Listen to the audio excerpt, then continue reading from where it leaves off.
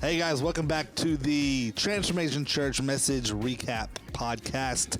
I'm one of your hosts, Justin Oswald, the executive pastor of TC. The executive pastor. The lead pastor, Brad Livingston. Yo. And then behind the camera, creative director extraordinaire, John Sapp. Seen. I'm here. Not heard. Johnny Half Shoulder. Heard, not seen, I mean. Johnny Sapp. You can say it either way. Yeah. So we're back old for week Sapp. number 3. 3 in a row here, boys.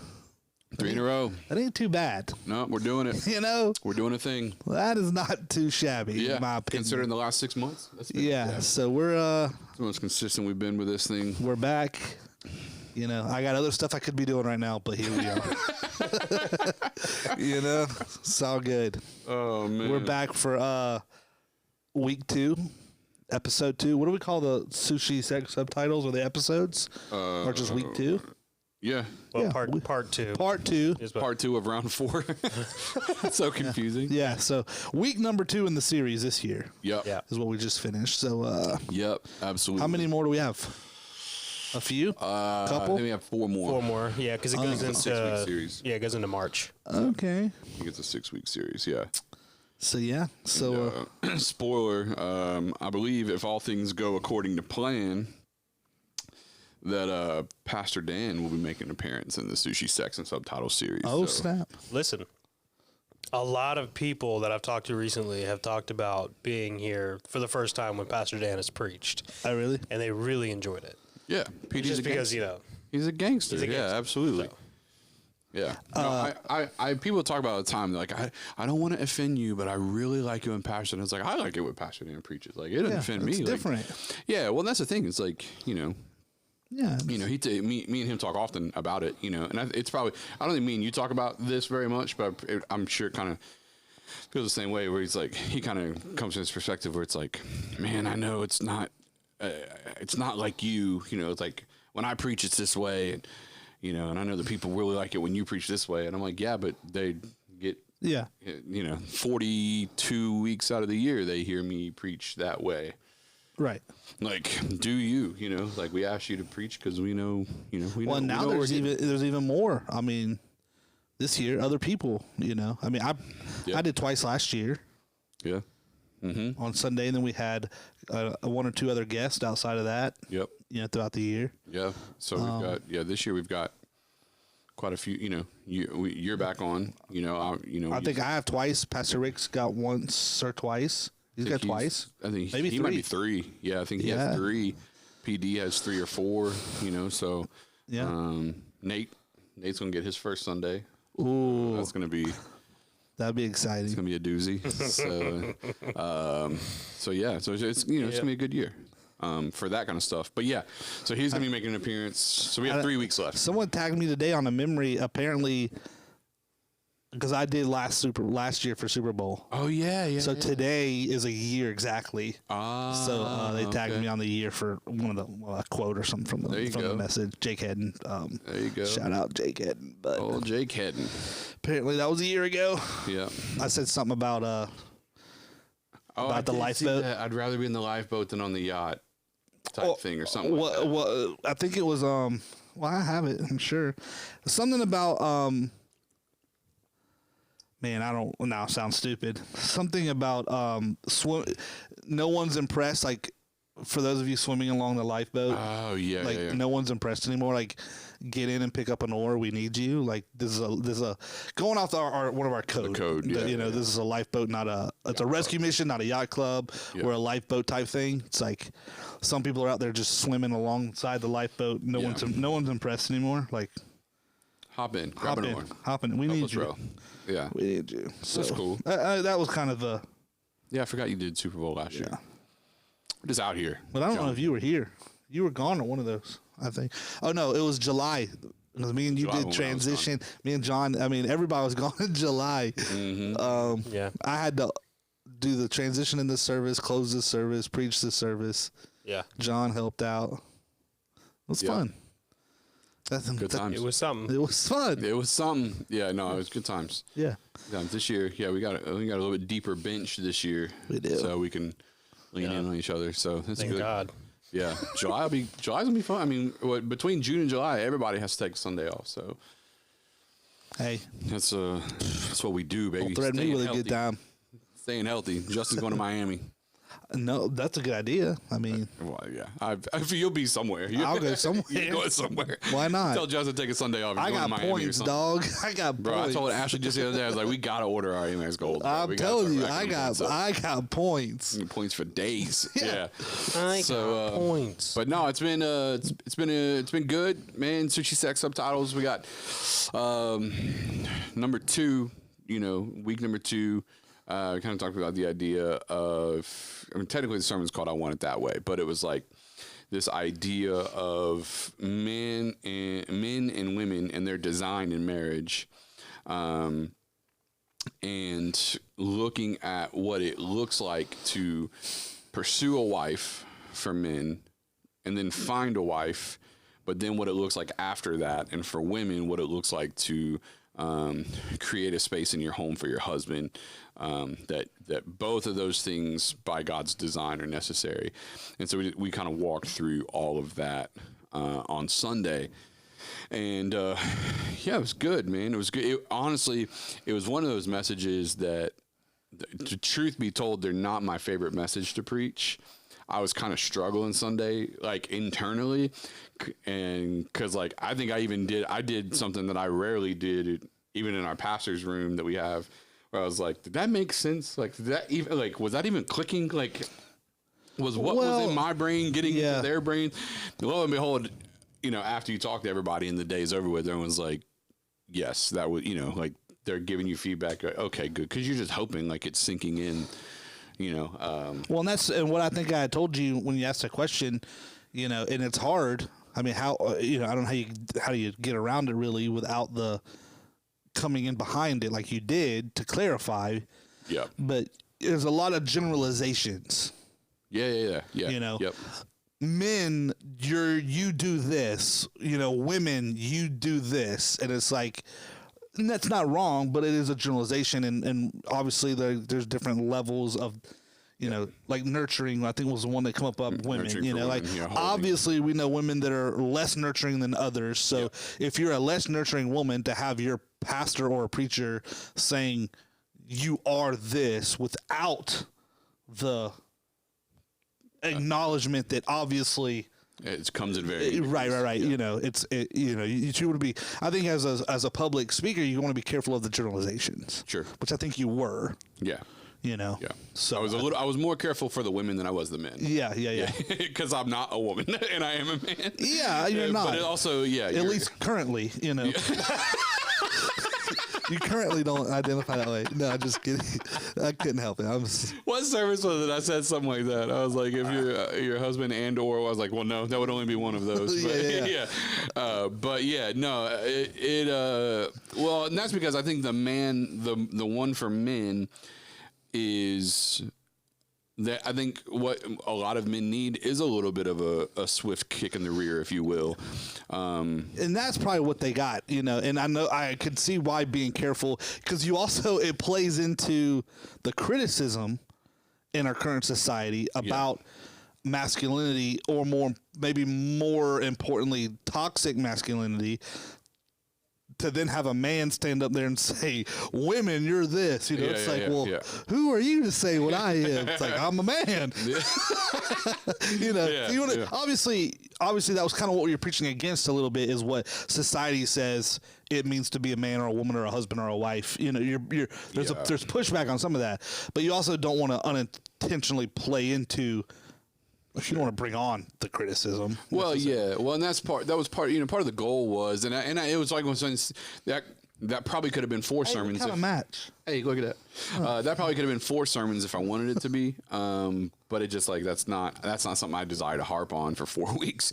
No. But the reality is, from a biblical perspective, men and women are built to complement one another, right? And so, but society has aimed to decrease manhood and increase womanhood. So rob men of masculinity and increase women of masculinity. and in some cases rob them of femininity. Femininity. Ooh, that was a hard one. Femininity, and but in doing so, while screaming feminism. So, and I think that's just a whole thing. You know, maybe that's a Real Talk podcast or something. Because I got a lot to say. but to take women and remove femininity of them on the basis of feminism just is outrageous to me. And in the meantime, rob men or aim to rob men of what makes them great, which is what we kind of started off with in the beginning of the sermon, which is like what you love about Marvel movies, Batman, Pirates of the Caribbean. Like women love these movies also. What you love about them is the very thing that society is trying to rob men of, which is being defenders and conquerors, right? Of their masculinity. And so then how do we lead men in what that's supposed to look like? And how do we lead women in not all of what women are? So them being holders and nurturers, that's not all of what a woman is. But it has to be part of what a woman is, and to be a biblical woman. What you weren't saying is because that's all you were created to be. Correct. Is to nurture things. Correct. Yeah. Because I can see some women that are even, that have desires and ambitions be like, I'm way more than that. It's like, well, you are. We didn't say that's all you were. You're not limited to this. Yeah. But if you want to be a godly woman, you do have to establish this is part of your genetic makeup. And you do have to acknowledge this, and if you are in a marriage where all you are is ambitious and you're never nurturing, then you're probably at odds with your husband, and this is how you can fix some of those problems in your home you're currently having. That was the goal with Sunday. Right. And so, yeah, certainly we don't want to rob anyone. I mean, my wife works a full-time job. She's been promoted a lot over the last few years. She loves her job. She's really, really good at it. I have a lot of respect for women in all the workplaces. So like any woman that wants to do those things, like you get a big thumbs up from me. So yeah, like you said, it's not saying like you can't be those things. You need to only be this. It's just saying no matter what you do, this has to be a fabric of your being if you want to be a godly Christian wife and woman. And so, yeah, those things just have to exist. So, Oh, yeah, that's good. I like the hunter thing. I mean, I think one of the things I remember being said was like, I think maybe from experience or you know people or whatever, but they like guys that have ideas. You're talking about entrepreneurship or something, and for women to support that. Yeah. Because that is evidence that he still has that hunter mentality. Yeah. And like don't kill the dream just because every detail hasn't been ironed out. Yeah. And I know sometimes I get it. I get like. There's risk, especially if we're talking about actually starting a business or, something like that takes investment or, money or absolutely there's risk, and all those things should be done with wisdom and talk through. And I don't think he should do it without talking to his wife. What I'm saying is like, I can't imagine being like that. Because I'm thinking about myself. Yeah. Like I can't, knowing how I have ambition, I can't imagine having those ideas or wanting to do that and then the person you're with, like your wife, just shooting it down the whole time. Like, it's not gonna work. It's not gonna work. We haven't figured that out. I feel like that would get so like that would be tough. Well, yeah, absolutely. I don't have it all figured out yet. Well, yeah, and I'm working on. I'm hunting. Yeah, exactly. I haven't got it. There's a drive. There's a person. Yeah, it's like I don't have any. I didn't have you figured out, but we still got married. For married people, it's like I didn't know how to be a great husband yet, but I knew I could figure it out. And like that same drive, is like whether it's in business and yeah, because I think that's important, man. I sit down, we sit down with enough men and women and married couples and some of those things, and that is a conversation that comes up some. It's like. Part of my job, I'm not a counselor, for the record. I'm not a counselor. Okay, so that's not my job. I believe as a pastor, God has given me a special calling to be able to walk people through spiritual difficulties and relational difficulties. And those are the only two things that I touch that even look similar to counseling. I don't do any of the other stuff. We have a lot of professionals in our church we recommend for things like that.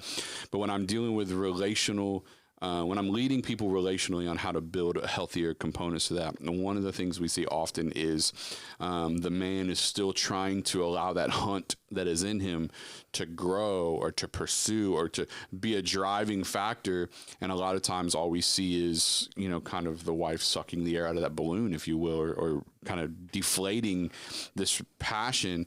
And then oftentimes wants to know why he's not passionate about anything. It's like, well, the thing that, like, for example, like as an entrepreneur, whenever we start talking about new ventures or whatever, me and you talk about new ventures often. This is something we're always coming back to. I think even John, they can't see your face, but, I think one of the things, hopefully, I've done for you, because it's my goal for every person on my staff, it's my goal, is to try to pour gas on their fire of their passions so that they do something beyond what they do here. You know what I mean? And it's like, so with whatever it is that, I'm constantly trying to just pour gas on. It's like, man, you've got this dream, you've got this fire, you've got this desire, like do this, be great at it. Let's launch this thing. Let's build this thing. Let's, Yeah. And I'll speak to the, that testimonial side of that is, it's true. We've had several conversations that way, and some of it is timing, some things aren't meant for certain time frames, and, whenever they do, it's good, Well, and that's what, because I even think like, the Creative Academy is one of those things where it's like, all right, we launched it, we built it, we know how it runs now, and it's like, okay, this isn't the time for that right now. But the thing is, we built it. So when the time comes, like we built the ark, and whenever the rain starts, we've got it built already, it's like, but I think for a lot of men, for what I would go back to what I was saying, I know for me, I think you're this way. I don't know, you can say if you are, if you aren't, but the drive for something new a lot of times helps me persevere through seasons where boredom could cause me to drift. You know what I mean? So where like, I love my wife, I love what I do here, but there are certain seasons where it is kind of mundane, where in your marriage, you kind of are just in a routine. Whether you're coming to work and, 36 people aren't going through next steps. It's, and you're not setting record numbers. You just kind of, you're in those seasons. For me, one of the things that helps me really persevere, one of the things that helps me not get caught in the mundaneness of routine, because it's not the church and it's not my marriage that needs to be fixed. I need something to click me into gear to keep me driving. Right. And these little things, that these ventures, these opportunities, they spawn that extra spark of energy through those seasons that it kind of keeps my wheels spinning at a faster pace, and it's super helpful for me. So I can't imagine if Ashley wasn't supportive of that, and every time I had something special, she's like, no, that's not going to work, or we're not going to do that, or that just won't, whatever, because she may not realize it, but if she were to do that, she didn't just kill that. She also sucked the energy out of the spark that was going to help our marriage and help me at my job and help me with, what I mean? It's like those things kind of eke. And I think too, there's probably like not every guy is super entrepreneurial, right? Course, so like, obviously you got to take this with how it applies to you, but I do think there's still something to that idea of like trying to hunt something. I think at the end of the day too, as far as the message that you're actually preaching is concerned, what you were telling the men was like, we're wired. You're wired to be a hunter, and you got to figure out how to continue. Getting married didn't stop that, right? And that's where some guys have gotten themselves in trouble. They're still out there hunting. It's just not their wife, right? Exactly. And it's like you gotta, that exists. So the entrepreneur thing was not the whole message. No, if you're listening to this and didn't hear the message, it wasn't all about support every idea your husband has. That's not what it was saying. It was. But I did think that was good, because we wanted to. That's a good unpacking, even for. I think that could go for husbands or wives, honestly. But like when there's a dream alive in somebody, breathing energy into that, putting gas on that fire, it's only going to make them more passionate about everything that they touch. So like, well, not only that, I think, I don't know that it's really applied to me personally, but I could see it applied to me personally. I tend to think out loud sometimes. So yes. I'm not married, but if I was, I can imagine being like sitting at the dinner table and I'm just thinking, but to her, we're talking. Planning.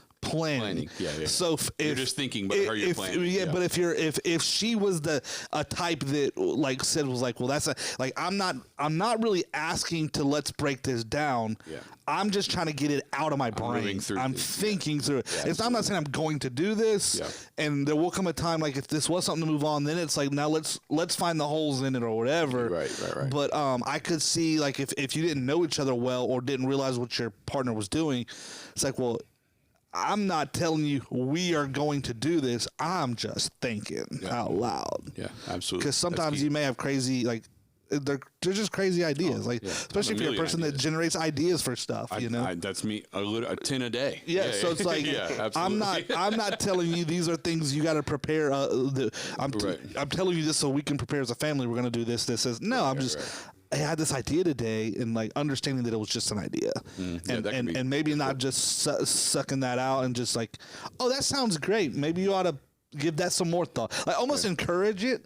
Yeah, like that's what I say. Pour gas on the fire. Let it breathe, and some of those things will go out on their own. Of course, you know. I mean, I mean, John laughed, but I'm a 5 to 10 a day person in general of just like, man, what if, and then we could, and you know what I mean? And I put most of those fires out on my own because I'm like that, you know, just for whatever reason, I know those things. But yeah, everyone, you know, just to have somebody say like, man, that would be awesome. Or just be the supporter. And that's really what it boils down to.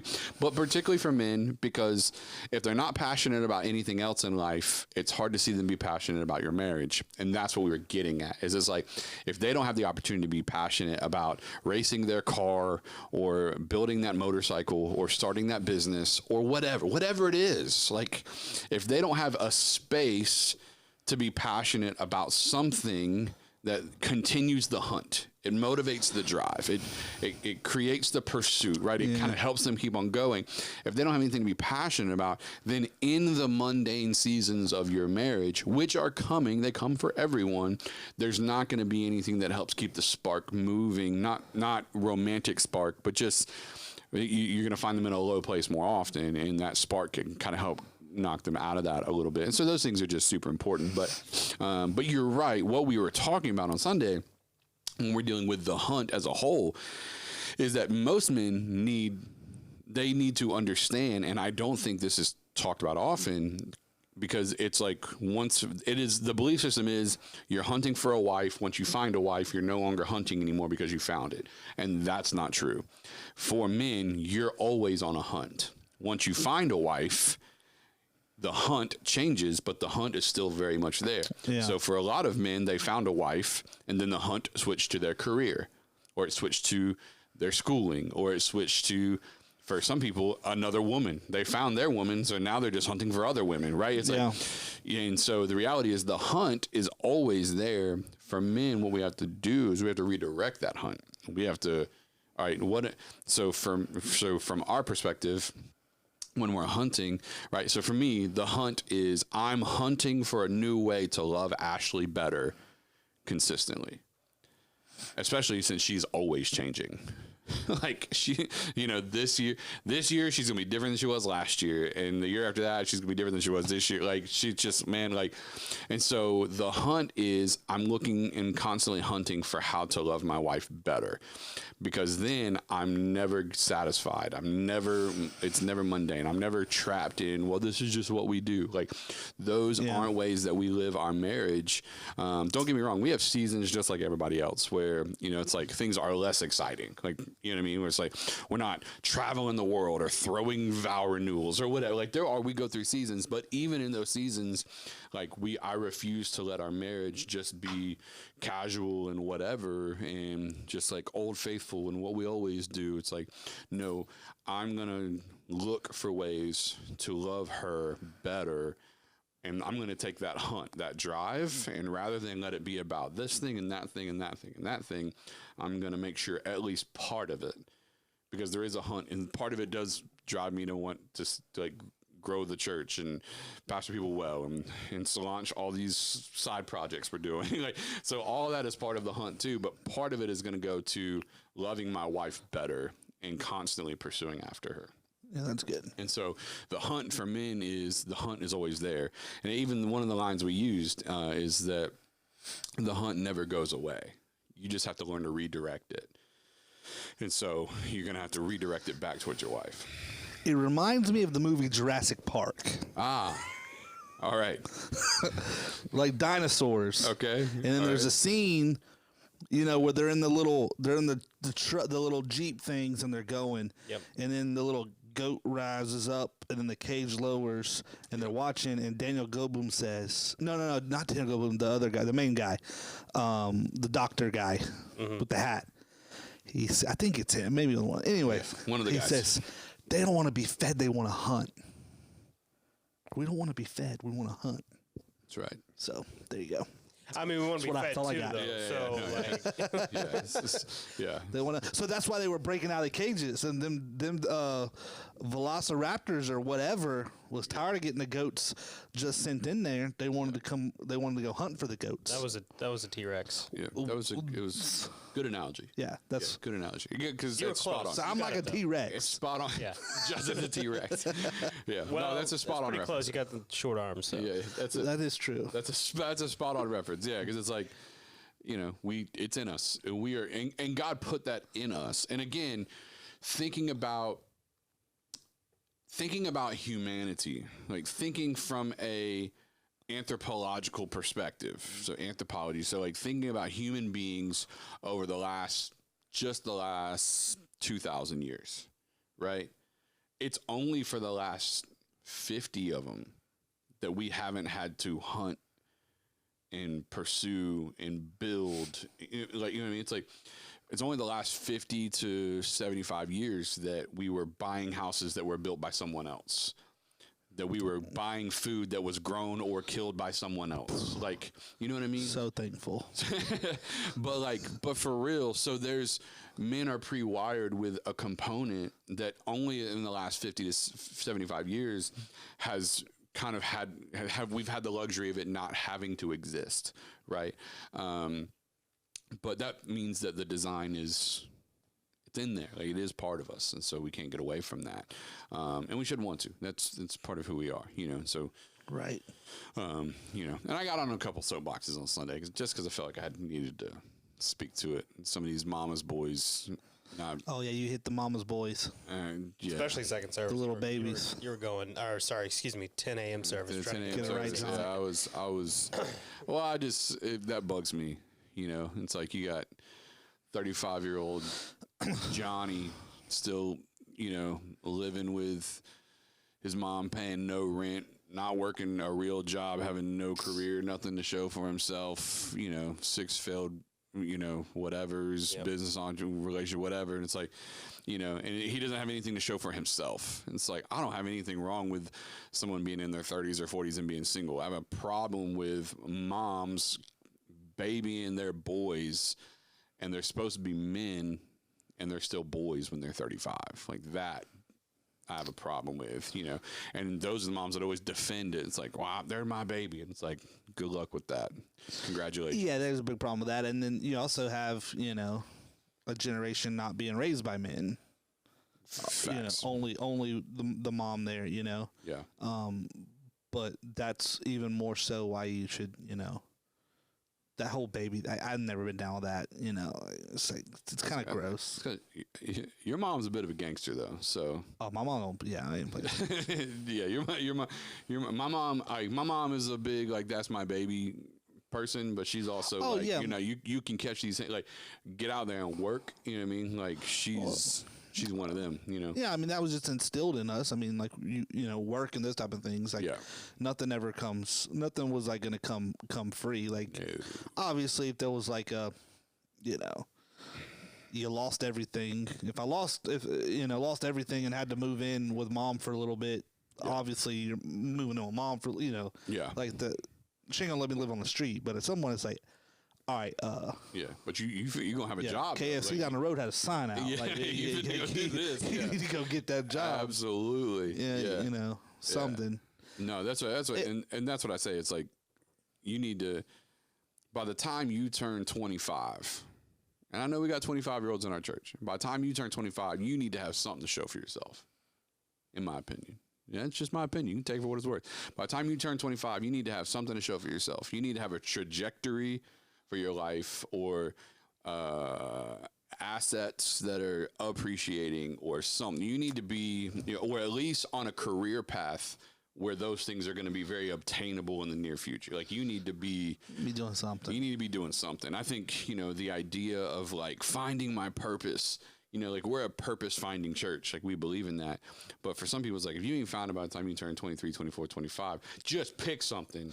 Well, yeah. And it's like, something's out as you go, you could also go in as like, yes, if you can find a job, if you can get paid to do your passion, more power to you. Because you may not necessarily know at 25 everything. Sure. But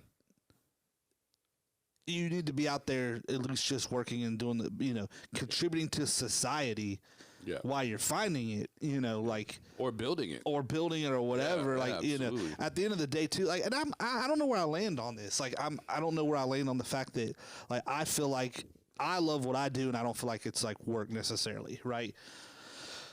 But at the end of the day too, it's like, I think we live in this time where you hear a lot about like passions and all this, but it's like, man, it is still work. Like, whoever said, answer to somebody. There was a generation before us that was like, they didn't love working at the factory for 40 years. It was work. It was their job, so it's like, you got to work to support your family, and the fact that there are some people that get into their 20s, if you're not in college,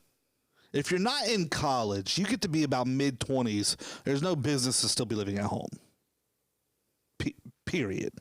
In my opinion, like, you may not have your passion job you want for the rest of you. You may not have your career, but like, you still have to work. Like, just get a job, go work, contribute to society, make your own way. Be proud of the fact that even though where you live is what you pay for. Like, it's a 1-bedroom apartment. You're right, but it's your 1-bedroom apartment. You know what I mean? Absolutely. And take pride in that. And then as you grow and those type of things, maybe you find better jobs, or you move up the ladder. And before you, I mean, how many people have careers that they love right now in an industry that they never thought they'd be in? Probably a lot. Yeah. You started you found you needed a job, somewhere hired you. You started at the bottom, then you worked your way up, and you're like, oh, by the time I get to this level, it ain't too bad. Or now I'm a manager, and it pays pretty good. Like, there's nothing wrong with that. Well, and that's what I was saying when I was talking about it. So I said there's so much content that I was trying to hurry up and work through on Sunday. But that's part of what I was trying to talk about for moms who are letting their kids at 25, 30, whatever years old still like act like they're 12. Is you're robbing them of the hunt. Like, you're not instilling them the necessity to go out and do something great with their life. Like, you've enabled them to just whatever will be, and maybe I'll figure out my life when I'm 40. Maybe I won't. It's like, what? Like, and you're robbing, in my opinion, your child, your son, who needs to be a man, of what it looks like. Now, you said something important earlier. I think that there's a little bit of a distinctive, which is like, there are some young men that don't have a man in the house to even know what that's supposed to look like. And that's fair. And I think, you need to get them connected to components of like the church, if you're at TC, or wherever you can. If you're not at TC, some of you are listening to this, you're somewhere else. If you're a single mom, or you're a teenager, you don't have a dad in the home, it's like, you need to start asking some questions and put yourself in front of some people that can start leading you in this way. Because you need to change the generational aspect of that. So that you're not the next one in line. Get them in sports. Get them. Get them a coach. There are fraternities that do programs with kids. Like, there's a lot out there, because I think that is an important component of it. I think that some of the even data could back that up a little bit, but has to. So that's the basic premise for men, is the idea of the hunt. Is what we talked about on Sunday. For women, it was the idea of holding. And when I use the word holding, essentially what we're talking about is nurturing. So for men, it's hunting. For women, it's holding. For husbands, it's hunting. For wives, it's holding. And holding meaning holding space, nurturing, being able to be present in a moment, to create, to hold the space for vulnerability, and healing and all of those things. Yeah. And you need to be able to do that for you. You need to do that for your husband. You need to do that for your children. As a Christian woman, Christian wife, Christian mother, being able to nurture is a important aspect of what that means. And that's what we were talking about earlier, where it's like, we do have some women in our church that are like, that ain't me. Like, I don't have that. Yeah. I'm not a holder. And it's like, well, it is what it's part of who you are. But one of the points we made on Sunday is that nurturing and holding aren't completed gifts given to every woman. They're a necessity to develop, Right. to be a Christian woman. In other words, if you're a woman out there, you may not be a natural nurturer. That may not be one of your gifts, right? But it is part of what's inside of you. So it has to be developed, because as a Christian woman, the Holy Spirit is inside of you. So you have nurturing inside of you.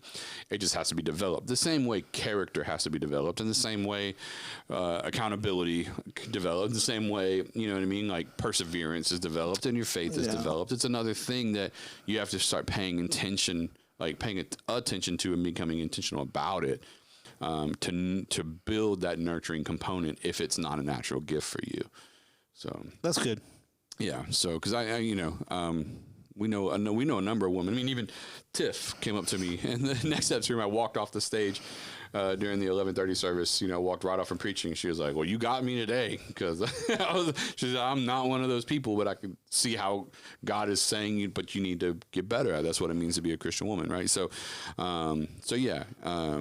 It's super, super important. So what does it look like to do that? Is what we said on Sunday. What does it look like to for men to be hunters? Like, what's the one thing you can do? Women, what's the one thing you can do to be better holders?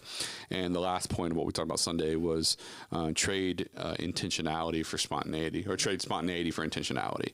Right? A lot of people think being spontaneous is the key, but it's not. Being intentional is the key.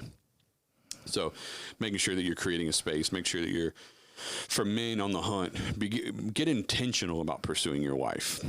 Like, you plan the date nights. Don't let her tell you where, she wants to go. Take her to one of the places she enjoys. Like, well, where do you want to go? I don't know. Where do you want? It's like, no, like, you plan, like, hey, get ready. One of the things, the very first time I ever did this for Ashley, it kind of caught her off guard a little bit, but she appreciated it so much, is she knew it was date night. We've always done date nights our whole marriage. My dad made it a non-negotiable for us. He was like, he has a phrase that I think is just really important. When we got married, he said, "Son, the one thing I want you to always remember when it comes to your marriage is start how you want to finish." He said, if you want to be doing this when you're on your 30th year of marriage, then it's important to do it on your first. And so you talked about date nights and setting aside money for travel and just all these other things. That's good. Yeah, and it was great wisdom. So we've always done date nights, but I remember early on in our marriage, we had kind of just got into our routine, kind of the same way what we talked about, Now, a lot of what we preach on with this is stuff that I've just learned the hard way. But we had kind of gotten in our routine, and God challenged me about this. When I was 25 years old, God challenged me about this hunting concept for women, or for men when it comes to their wives. And so I text my wife, and she said, "What do you want to do for date night?" And I said, "Just be ready at 6:30 and wear something nice." And she was like, "Well, where are we going?" And I said, "Don't worry about it. Just wear something nice, and I'll pick you up at 6:30. I want to take you somewhere special." And I did. We took her to a nice restaurant, and it wasn't anything crazy. It didn't cost us a fortune, none of those things. But then I think it was a month later, 2 months later, it was date night again. She said, "What are we doing?" And I said, and this was like when it had warmed up a little bit, like the end of springtime. I said, "Just make sure you have, wear whatever you want to wear to dinner, but make sure you have shorts and a t-shirt and flip-flops." And we went down to the boardwalk and got some ice cream. We just walked around, sat on the boardwalk. That cost us $8. But it was the intentionality of like, Yeah, I'm this is what creating. we're Like doing. we're not just gonna go like, oh, let's just do what we always do. It's like no, like I'm always gonna be hunting for another way to, and it doesn't have to cost a ton of money. It doesn't have to be super elaborate. Sometimes it's just going and walking in a place we haven't walked before, and having conversations about life and fun and whatever. That does that. But if all we're doing is saying we just want to let it be spontaneous, it's like we said on Sunday, what's one of the words you can substitute for spontaneous? Inconsistent. So you want to have spontaneous date nights, that means you're going to have inconsistent date nights. If you have a spontaneous sex life, that means you're going to have an inconsistent sex life. If you want to have be intentional about creating those moments. So That's good. So yeah, Nice. that's what we talked Like about. always, go back if you haven't seen it or heard it. Go back, Check it out. watch it, listen to it on the podcast, watch it on YouTube, on the website, whatever. It's good. Do that. Follow along with the series. Yeah, buddy. Well, that's it. That's it today. That's it. John, thanks for being here. Absolutely. You said a lot. I did a lot. You said a You lot. did. You did. All right. Well, Justin, where can they find all the Yes. good info? You can find us online, transformationchurch.com, or Instagram, Facebook, YouTube, all the socials, TikTok at Transformation Pensacola. Yep. And one day, Justin's going to get that book out, What book? your marriage book. Oh, yeah, I will. Yeah. I think that's going to be helpful for a lot of people. 100%. I know everyone's waiting on it. So, so follow us along. Like, subscribe, share, all those things. All right, guys. We'll see you guys next week for another week, another sermon, another message recap. Later, guys. Later.